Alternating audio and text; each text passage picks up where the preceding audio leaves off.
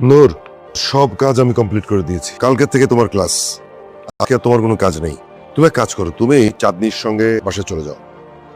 এই চাঁদনি, এদিকে আয়। তোমার আই তোরা বয়, আমি আসছি। নূর, ও হচ্ছে আমার মেয়ে, ওর নাম চাঁদনি।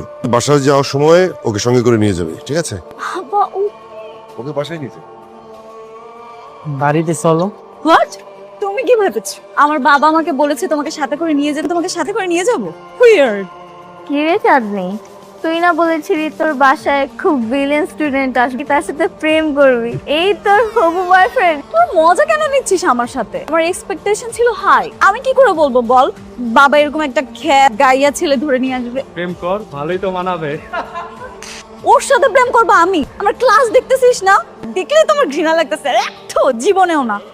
আমি তোকে আমার বাসায় নিয়ে যাব না।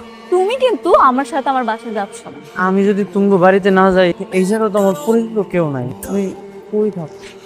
যেখান থেকে এসেছো সেখানেই থাকবে। গ্রামের ছেলে গ্রামে থাকবে, সেটাই ভালো হবে।